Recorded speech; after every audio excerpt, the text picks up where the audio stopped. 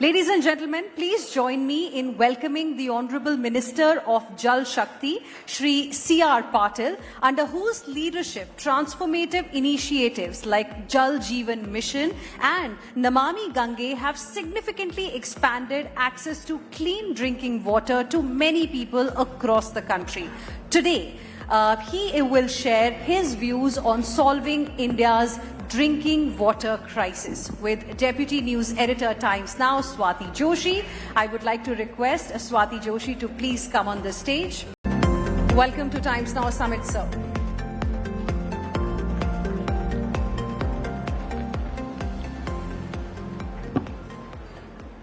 सबसे पहले तो मंत्री जी बहुत बहुत शुक्रिया अपना समय निकालने के लिए and welcome two times now summit. Thank you. अभी रिसेंटली कैच द रेन 2025 इस अभियान को आपने लॉन्च किया था। इसको लेकर बहुत क्यूरियोसिटी है, बहुत उत्सुकता है लोगों में कि इसके ऑब्जेक्टिव्स क्या हैं, उद्देश्य इसके क्या हैं और किस तरह के आउटकम्स एक्सपेक्ट आप खुद कर रहे हैं। अभी तक आपको अगर उद्देश्य पता नहीं है तो मुझे लगता है कि हमारी कुछ कमजोरी है। माननीय प्रधानमंत्री नरेंद्र मोदी जी ने मार्च 2021 में catch the rain water harvesting की बात की थी। 6 सितंबर 2024 को सूरत के कार्यक्रम में वर्चुअल जब जुड़े थे तब उन्होंने 2 बात के ऊपर आह्वान किया था। एक कहा था जल संचय जन भागीदारी से जन आंदोलन में परिवर्तित होना चाहिए, और दूसरा उन्होंने कहा था कि कर्म भूमि से मातृभूमि के लिए कुछ लोगों ने कुछ काम करना चाहिए। उन्होंने कर्मभूमि से मातृभूमि कहा, जन्मभूमि नहीं कहा, क्योंकि अभी तो कई लोग अलग अलग स्टेट में कई सालों से रहते हैं, उनका जन्म भी वही हुआ है और मातृभूमि अलग अलग स्टेट में है, तो रेन वाटर हार्वेस्टिंग के लिए वो काम करें। ये जब आह्वान उन्होंने किया तो सबसे पहले सूरत में जो प्रवासी व्यापारी है राजस्थान के, उन्होंने राजस्थान के 40,000 गाँव में हर गांव में 4 रेन वाटर हार्वेस्टिंग का स्ट्रक्चर बनाने के लिए उन्होंने 1,60,000 स्ट्रक्चर के लिए उन्होंने कमिटमेंट किया। मध्य प्रदेश के जो व्यापारी सूरत में थे उन्होंने 35,000 स्ट्रक्चर बनाने के लिए कहा, और बिहार के व्यापारियों ने 10 जिले के सभी गांव में 4 बोर बनाने का उन्होंने कमिटमेंट किया, और ये चल पड़ा। माननीय प्रधानमंत्री श्री नरेंद्र मोदी जी के आह्वान के ऊपर 6 सितंबर से हमने जब ये काम शुरू किया, मैं सबका बहुत बहुत आभारी हूं, और विशेष रूप से माननीय प्रधानमंत्री नरेंद्र मोदी साहब का कि उन्होंने आह्वान करने से हमारा काम बिल्कुल इजी हो गया। आज सुबह तक ये 4 महीने में 9,10,000 स्ट्रक्चर जन भागीदारी के साथ ये बने हुए हैं। इसका फायदा क्या है आप जानना चाहोगे? तो थोड़ी बात आपको करनी पड़ेगी। हमारे देश में 4,000 BCM बारिश होती है, हमारी आवश्यकता होती है 1180 BCM की, और 2047 से 2050 तक हमारी आवश्यकता हो जाएगी 1250 BCM की। जल संचय अगर नहीं करेंगे, बारिश तो है मगर जल संचय की व्यवस्था नहीं है। अब सब यहाँ पर बैठे आपको लगता होगा इतने बड़े बड़े डैम हैं हमारे देश के अंदर, इतना जल संचय होता है, तालाब है, नदियां हैं, और मैं आपको बता दूं कि जो पूरे डैम, सरदार सरोवर हो, उकाई हो, ब्रह्मपुत्र हो, कावेरी हो, कैन बेतवा हो, सभी डैम की टोटल जल संचय की जो कैपेसिटी है वो कैरिंग कैपेसिटी सिर्फ और सिर्फ 250 BCM की है। नदी तालाब या अन्य जो व्यवस्था है उसमें अंदर हम करीब 500 BCM पानी बचा सकते हैं। अगर ये बारिश होने के बावजूद अगर पानी की किल्लत है, उसके लिए हम जवाबदार है कि हमने आज तक कभी सोचा नहीं कि पानी की बचत करनी पड़ेगी, पानी को सेव करना पड़ेगा, और इसी बात को आने वाले दिनों में क्या प्रॉब्लम आएगा उसकी जो दूरंदेशी के साथ माननीय प्रधानमंत्री मोदी जी ने इसी का आह्वान करते हुए लोगों को इसमें जोड़ने का एक आह्वान किया और लोग जुड़े, और उसका परिणाम भी आया। मैं ऐसा मानता हूं कि मोदी जी ने जो बात कही है उसको गौर से सबको सुनना चाहिए। उन्होंने कहा था कि गांव का पानी गांव में, सिम का पानी सिम के, यानी खेत का पानी खेत में होना चाहिए। अगर एक डैम हम बनाते हैं तो उसके अंदर करीब 25,000 करोड़ रुपया कम से कम लगता है। और डैम बनाने में हमें 25 साल लगते हैं। किसानों की जमीन जाती है, उनका विरोध होता है, गांव के गांव शिफ्ट करने पड़ते हैं, उनका विरोध होता है, कोई ना कोई पर्यावरणवादी आ जाएगा, कोर्ट में जाएगा, उसके वजह से भी प्रोजेक्ट लेट होता है, उसके वजह से और ज्यादा कीमत बढ़ती है। और 25 साल के बाद अगर एक डैम बनेगा तो उसकी जो कैपेसिटी होगी जल संचय की, उसकी हमारी आवश्यकता जब तक उससे ज्यादा बढ़ गई होगी, तो तुरंत अगर हमें पानी का जल संचय करना है तो गांव में जो घर का पानी बहकर खड्डे में जाता है, खड्डे से नाले में जाता है, नाले से नदी में जाता है और नदी से दरिया में जाता है, हमें उसको गांव में ही रोकना चाहिए। और इसीलिए हमने हर गांव में करीब 4 रेन वाटर हार्वेस्टिंग स्ट्रक्चर बनाने का शुरू किया। और उसका पानी अगर गांव में रहेगा तो कोई भी खेत में, कोई भी कुएं में या बोर में पूरा पानी आपको मिल जाएगा। खेत के लिए भी हमने एक स्ट्रक्चर नए डिजाइन बने, हमने करीब 12 डिजाइन बनाई थी। 4x4x6 का एक खड्डा बनाकर उसके अंदर 1.5 ब्रास बड़े बड़े पत्थर डाल दिए। 1 बीघा में, जैसे हमने नौसारी में पीएम साहब आने वाले थे तो 1100 स्ट्रक्चर एक दिन में खड़े किए जी। तो उसका पानी कितना अंदर जाएगा? तो नौसारी साउथ गुजरात में करीब 3000 मिलीलीटर पानी बारिश होती है और 1 बीघा में उस पर से जो पानी गिरेगा, वो पानी अगर उस खड्डे में जाएगा तो करीब 8 से 8.5 लाख लीटर पानी वो जमीन में उतर सकता है। और ये जमीन में जो कैरिंग कैपेसिटी है वही हमें बचा सकती है। और आज तक हम लोगों ने बहुत पानी यूज किया, अंदर से जितना पानी निकाल सकते थे निकाल लिया जी। उसके वजह से पूरा लेवल पानी का नीचे चला गया है। तो उसको पुनः भरण के लिए, पानी का लेवल ऊपर लाने के लिए ये रेन वाटर हार्वेस्टिंग अपने आप में बहुत बड़ा काम कर रहा है। उसके साथ साथ आपने ग्राउंड वाटर डिप्लीशन का भी जवाब दे दिया। अभी थोड़ा नल से जल को लेकर क्रिटिसिज्म बीच में हमने देखा कि इम्प्लीमेंटेशन की जो गति है, पेस है, वो काफी धीमी है, लेकिन उसके बावजूद अगर आप डेटा देखें तो 15 करोड़ घरों में लगभग नल से जल पहुंचाया जा रहा है, विच इज कमेंडेबल। काफी सराहनीय काम हो रहा है। क्या इससे हमारी जो ड्रिंकिंग वाटर प्रॉब्लम है इसका आप लॉन्ग टर्म सोल्यूशन देखते हैं या अभी और चैलेंजेस हैं जिनको पूरा करना है? नल से जल नाम से ही पता चलता है कि नल से घर में पानी देने की योजना है, मगर उसके पीछे क्या है? माननीय प्रधानमंत्री मोदी साहब का विचार क्या है? उन्होंने देखा कि करीब WHO का रिपोर्ट कहता है कि नल से जल आने के पहले पूरे देश में जो महिलाएं दूर तक पानी के लिए जाती थी, बोझ उठा के लेके आती थी, तो उनका आने जाने में 5.5 करोड़ घंटा रोज का उसमें खर्च होता था। आज उनका ये समय बचा है और समय अपने बच्चों के लिए, अपने फैमिली के लिए, अपने आर्थिक उपार्जन में वो उसका यूज कर रही है। दूसरा जो हुआ सबसे बड़ा काम कि जो नल से जल देने से शुद्ध पानी हर व्यक्ति को मिला। पहले तो जो पानी मिलता था उसकी क्वालिटी क्या है वो पता नहीं थी, सबसे ज्यादा रोग भी पानी में से ही होते हैं। तो ये पानी की क्वालिटी के साथ शुद्ध पानी देने की जो योजना बनी, उसके कारण करीब जो 5 साल के नीचे के बच्चे हैं, 5 साल की उम्र से कम उम्र के जो बच्चे थे, वो जो यूनिसेफ का रिपोर्ट कहता है कि करीब हर साल 60,000 से 70,000 बच्चों की मौत होती थी और पहले 5 साल के अंदर ही करीब 3 लाख से ज्यादा बच्चों की मौतों को बचाया गया। जो गंदा पानी आता था, यार अशुद्ध पानी आता था, उसके वजह से जब सभी फैमिली को एवरेज 50,000 का खर्च वो हर महीने करना पड़ता था सरकार के खर्च के ऊपर। आज वो बचा तो करीब करीब 8.4 लाख करोड़ रुपया ये आरोग्य के ऊपर जो लोग खर्च करते थे उसमें बचत आई। बिना वजह से मानव शरीर में जो दवाइयां जा रही थी, इंजेक्शन जा रहे थे, उसका रिएक्शन 10 साल के बाद भी आने की संभावना थी, उससे भी मानव शरीर को बचाया गया। तो एक नल से जल एक योजना के कारण कितना बड़ा काम हुआ है वो आप देख सकते हैं। 15 करोड़ घरों में नल का कनेक्शन पूरी दुनिया में कोई देश में कभी हुआ नहीं और कभी होगा नहीं, क्योंकि हमारे देश में जितना पॉपुलेशन उतना तो और कहीं है नहीं। और हमें जो पानी की किल्लत है और देशों में भी नहीं है, और इसीलिए कहता हूं कि मोदी साहब के लीडरशिप में पानी की समस्या से हम जरूर बाहर आ जाएंगे। मिनिस्ट्री तो अपना काम कर रही है, जन भागीदारी भी बढ़ रही है क्या? वो थॉट प्रोसेस जिसकी बात अभी आप कर रहे थे कि हम पानी खर्च करते हैं, उसको बचाने के बारे में बहुत कम सोचते हैं, तो वो थॉट प्रोसेस लोगों का बदल रहा है क्या? और उसमें अवेयरनेस बढ़ाने के लिए मिनिस्ट्री क्या कर रही है?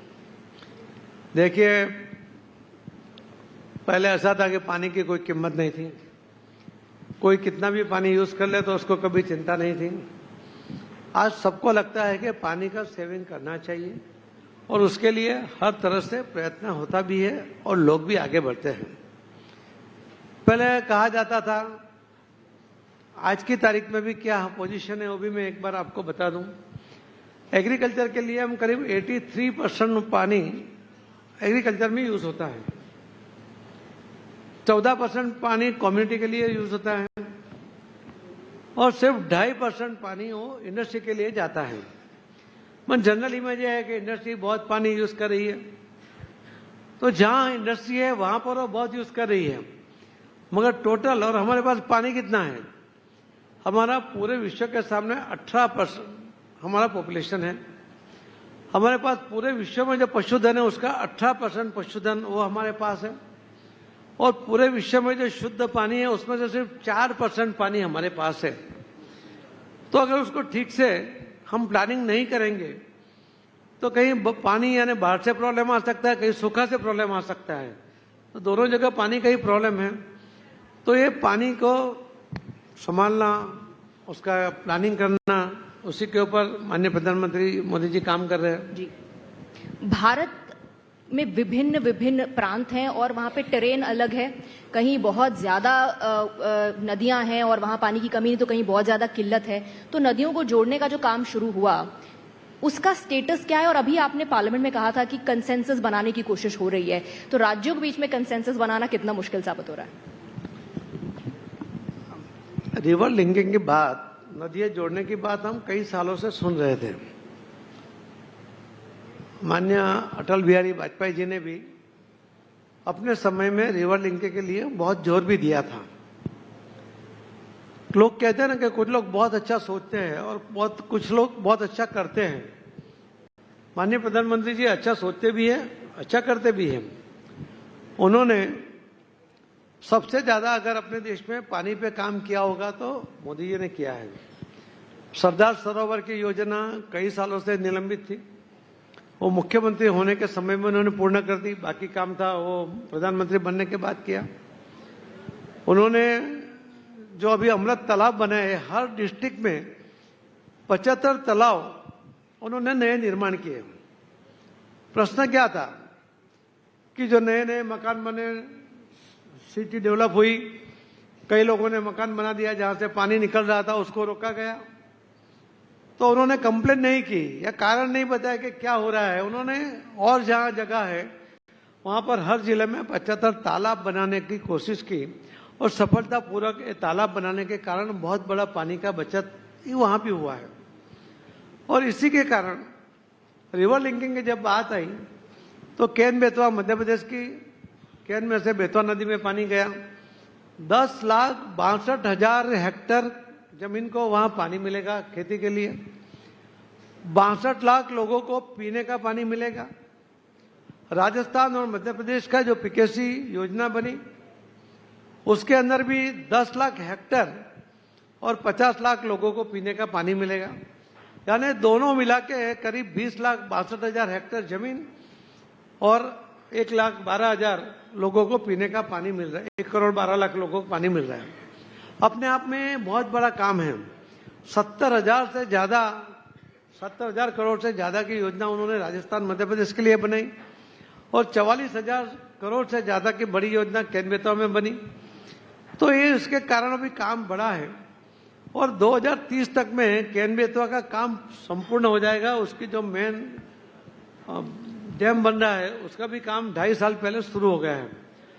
तो ये जो तमिलनाडु और कर्नाटक का प्रॉब्लम है, तेलंगाना और कर्नाटक का प्रॉब्लम है, आंध्र और तेलंगाना का प्रॉब्लम है, हम सबसे बात कर रहे हैं और मुझे विश्वास है कि जिस तरह से सबका पॉजिटिव रिस्पांस आ रहा है तो मोदी साहब के लीडरशिप में ये काम जरूर हो जाएगा। क्लाइमेट चेंज का बहुत इम्पैक्ट होता है। कई बार हम देखते हैं कि कम बारिश होती है, उसकी अपनी दिक्कतें हैं, कई बार बहुत ज्यादा बारिश होती है और अर्बन सेंटर्स पर इसका असर पड़ता है, फ्लडिंग देखने को मिलती है, इंफ्रास्ट्रक्चर भी उसमें एक बहुत बड़ा रोल प्ले करता है। लेकिन आपकी मिनिस्ट्री का इसमें क्या रोल है? क्लाइमेट चेंज बहुत बड़ा विषय है। वो कभी एक मीटिंग में या कुछ डिबेट के समय में उसको पूरा नहीं कर सकता, मगर मैं इतना कह सकता हूं कि सब लोगों में जो जन जागृति आई है, तो उसके लिए सभी लोग अपनी ओर से कोशिश कर रही हैं। सरकार की ओर से भी उसके ऊपर बहुत काम हुआ है। मेरा सब्जेक्ट मेरे मंत्रालय का नहीं है, इसके लिए मैं उसको क्या काम हुआ वो बताना नहीं चाहूँगा, मगर सब मिलकर जिस तरह से जागृति लाते हुए उसके ऊपर कंट्रोल करने की जो कोशिश हो रही है, तो हमारा देश का डेवलपमेंट भी ना रुके और पर्यावरण का भी चिंता करने की जो बात है वो दोनों साथ में बढ़ रही है। जल शक्ति मंत्री होने के नाते वाटर सिक्योरिटी को लेकर के लॉन्ग टर्म विजन आपका क्या है? कोई ऐसे और एक्साइटिंग प्रोजेक्ट्स आ रहे हैं जिनसे हम इसको और ठोस बना सकते हैं? देखिए, प्रोजेक्ट तो बहुत से आ भी रहे हैं, बहुत से चल भी रहे हैं, मगर सबका साथ नहीं होगा तो ये प्रोजेक्ट पूर्ण करने के बाद भी पानी की किल्लत रहेगी। क्योंकि हमने पूरे देश का एक जो नक्शा बनाया है कि ऊपर गंगा है या ब्रह्मपुत्र है, उसका जो पानी उनके पास सरप्लस है, उसको हम नीचे कैसे ला सकते हैं, उसके लिए हम कोशिश कर रहे हैं। आप गुजरात महाराष्ट्र की जो बॉर्डर देखो, वहां भी बारिश है, पानी है, तो उसको हम आगे कैसे बाकी लोगों को दे सकते हैं। और इसी के ऊपर उसको क्या करना चाहिए, डैम बनाना है, नदियों की कैरिंग कैपेसिटी बढ़ानी है, नदियों को रिवर लिंकिंग में लेके जाना है, वो सब के ऊपर पूरे प्लानिंग के साथ हम आगे बढ़ रहे हैं। मैं एक बार आपको एक बात भी बता दूं कि अटल जी, उन्होंने एक बार कहा था कि तीसरा विश्व युद्ध होगा वो पानी के लिए होगा। मैं आपको विश्वास दिलाता हूं कि हमें जो लीडरशिप मिली है माननीय प्रधानमंत्री नरेंद्र मोदी साहब की, और जिस तरह से वो पानी के लिए या सर्वांगीण विकास के लिए काम करते हैं, पानी के लिए जो विशेष वो काम कर रहे हैं, उसके आधार पर हम कह सकते हैं कि तीसरा विश्व युद्ध हो, पानी के लिए हो, उसमें भारत कहीं नहीं होगा, क्योंकि मोदी जी की लीडरशिप में हमारी पानी की व्यवस्था वो बिल्कुल पूरी हो जाएगी, ऐसा मुझे विश्वास है। मेरा आप सबसे रिक्वेस्ट भी है कि आप लोग यहाँ पर बैठे हैं, सभी लोगों ने 7 पीढ़ी तक का धन संग्रह कर लिया होगा, उससे भी ज्यादा करने की कोशिश भी कर रहे होंगे। मेरी रिक्वेस्ट है कि अभी 8वां पीढ़ी का जो आप धन संचय करोगे वो आपके आने वाली पीढ़ी के लिए पानी के लिए कीजिए, उसमें अभी से इन्वेस्ट करिए, उसमें खर्च करिए। उससे पानी अगर आप धन संचय करोगे और जल नहीं होगा तो आपकी आने वाली पीढ़ी या हमारे आने वाली पीढ़ी हमें माफ नहीं करेगी। पानी कभी भी इंडस्ट्री में बनने वाला नहीं है। ये खून और पानी दोनों ये मानव सृजित हो ही नहीं सकते, और इसीलिए पानी का जल संचय करना उसको प्रायोरिटी देनी चाहिए। उसके लिए जो भी कर सकते हैं वो करने की कोशिश करनी चाहिए। जो मोदी जी का भी आह्वान है कि मातृभूमि के लिए कुछ करिए, आप जहाँ रहते हो वहाँ करिए। हम तो इंडस्ट्री के लोगों को मिलते हैं तो उनको यही कहते हैं कि आपका बंगला, आपका ऑफिस, आपके प्रोजेक्ट, हर जगह पे रेन वाटर हार्वेस्टिंग आप पहले कीजिए, और आप ज्यादा कुछ कर सकते हैं तो आपके गांव में, जो आपका गांव है वहां में, उस गांव के तालुके में सबसे ज्यादा आप कर सकते हैं। मैं किसी का नाम लेना नहीं चाहूंगा, मगर मुझे कल एक सज्जन मिलने आए थे परसों, और उन्होंने कहा कि जल संचय के लिए मुझे भी कुछ करना है। तो रेन वाटर हार्वेस्टिंग की जो अलग अलग डिजाइन है, हमने उनके साथ बात किया। उसमें से एक डिजाइन जो बोर करते हैं, उसके ऊपर टांके वगैरह बनाते हैं, कुंडी बनाते हैं, उसमें हम सबमर्सिबल पंप नहीं डालते हैं। तो वो जो बताया उनको, उसका खर्च होता था एवरेज 30,000 का, और उन्होंने उसी टाइम कहा कि मैं 1,000 बोर ऐसा स्ट्रक्चर बना दूंगा, करीब 3 करोड़ का। तो ये लोग सामने से आते हैं, उनको लगता है, मैंने कहा हम तो कभी किसी से उसके लिए पैसा हम नहीं इकट्ठा करते, हम बताते हैं, उंगली निर्देश करते हैं कि यहाँ आप करो, ये डिजाइन के साथ कर सकते हो, आपकी मर्जी से जहाँ करना है कर सकते हो। तो इस तरह से जो लोग जुड़े हैं, तो आज सुबह तक 4 महीने में 9,10,000 स्ट्रक्चर बनाना ये बहुत मुश्किल बात है। खेतों के लिए भी हमने छोटा स्ट्रक्चर बनाया, उसके अंदर भी करीब 4,000 का खर्चा होता है, पर बहुत पानी उसके अंदर भी बचता है। मैं आपको एक और बात बता दूं, अगर आपको लगता है कि इंडस्ट्री में से बहुत पोल्यूशन आता है, मैं आपको बताऊं एयर पोल्यूशन या वाटर पोल्यूशन आता ही है, मगर एग्रीकल्चर से कम नहीं आता है। क्योंकि हम खेत में जब यूरिया डालते हैं या कुछ ना कुछ केमिकल डालते हैं, वो केमिकल जब बारिश होता है तो बारिश से वो मिट्टी के साथ वो नाला नदी में जाकर हमें पीने के लिए हमारे पेट में आता है। हम ट्रीट करते हैं, मगर सब ट्रीट संभव भी नहीं है, और उसके कारण कुछ न कुछ अंश उसके हमारे शरीर में जाते हैं। उसी के कारण आप देखते होंगे कि कैंसर का प्रमाण भी बढ़ा है।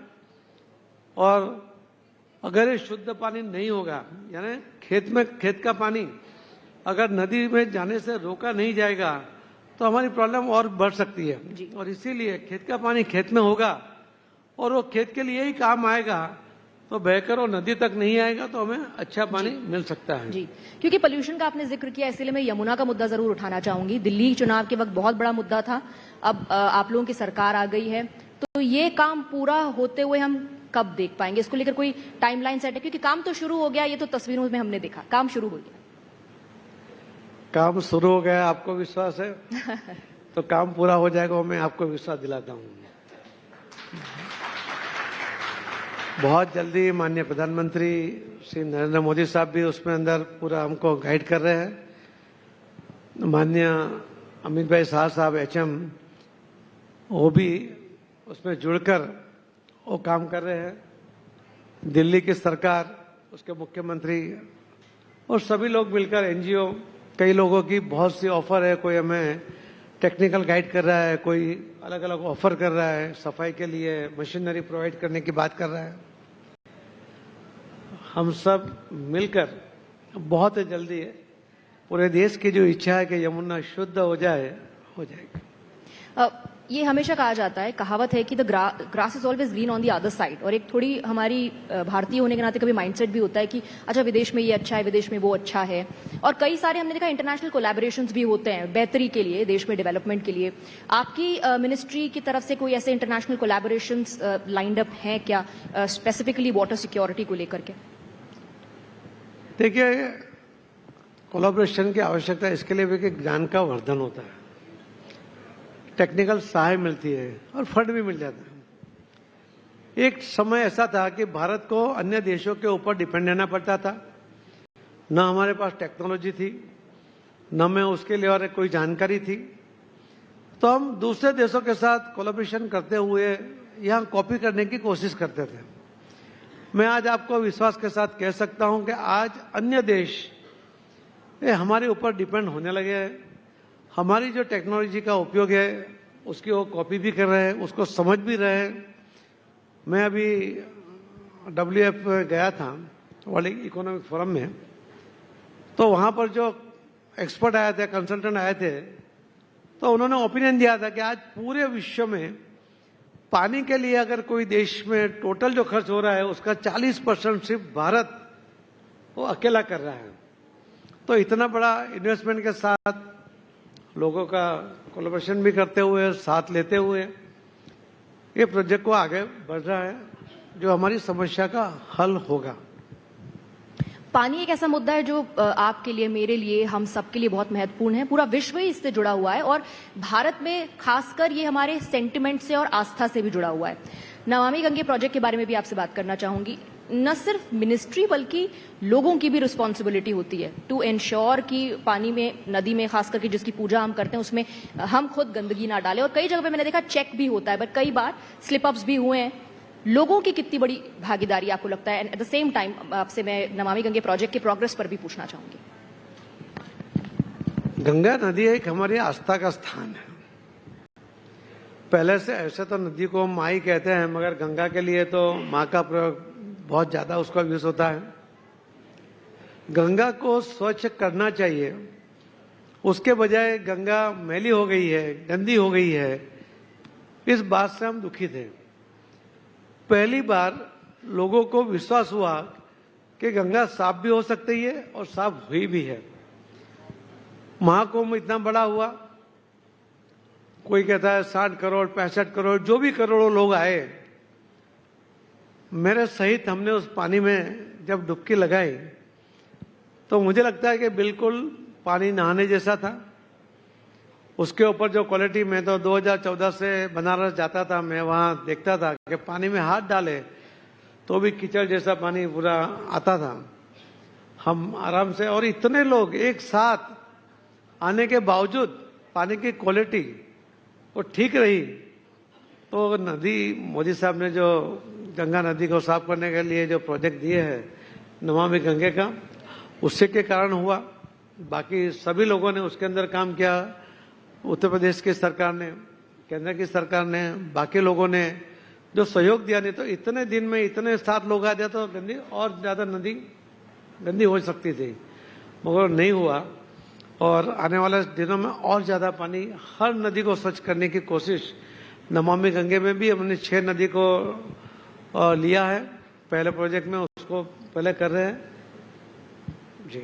रिवर्स के प्रिजर्वेशन को लेकर के खास तौर पर क्या कदम उठाए जा रहे हैं? क्योंकि जैसे मैंने कहा, आस्था से तो जुड़ा ही हुआ है, लेकिन अगर रिवर लिंकिंग प्रोजेक्ट के जरिए हमें उन इलाकों तक पानी पहुंचाना है जहां पर अभी लोगों को दिक्कत है, परेशानी है, प्रिजर्वेशन के लिहाज से अगर आप उस पर कुछ बता पाएं, क्या कदम उठाए जा रहे हैं रिवर लिंकिंग के बारे में? रिवर लिंकिंग और साथ ही नदियों की हेल्थ को लेकर। देखो, रिवर लिंकिंग का प्रोजेक्ट आने के पहले मैं आपको अभी उदाहरण दूं, मैं तो अभी आया, 9 महीने हुए। हमने जब पीकेसी की बात की तो मैं माननीय प्रधानमंत्री मोदी साहब को मिला था और मैंने कहा कि दोनों सीएम आपके नेतृत्व में तैयार हो गए साइन करके इसको आगे बढ़ाने के लिए।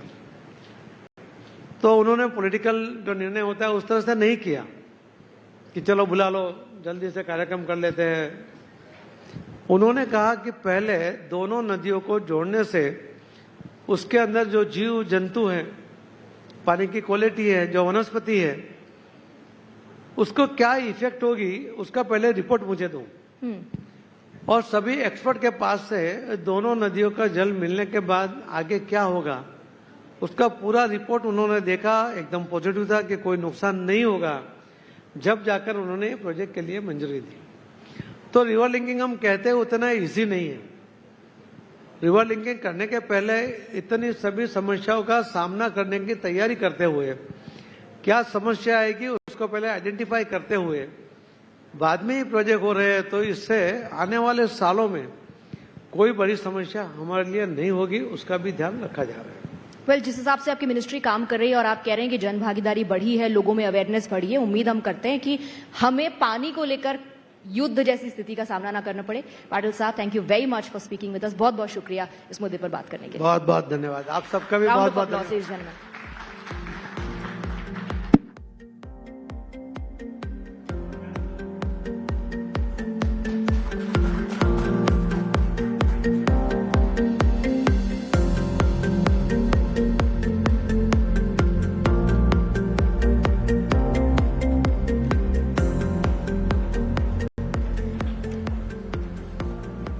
Thank you very much, Mantri ji, for the enlightening session.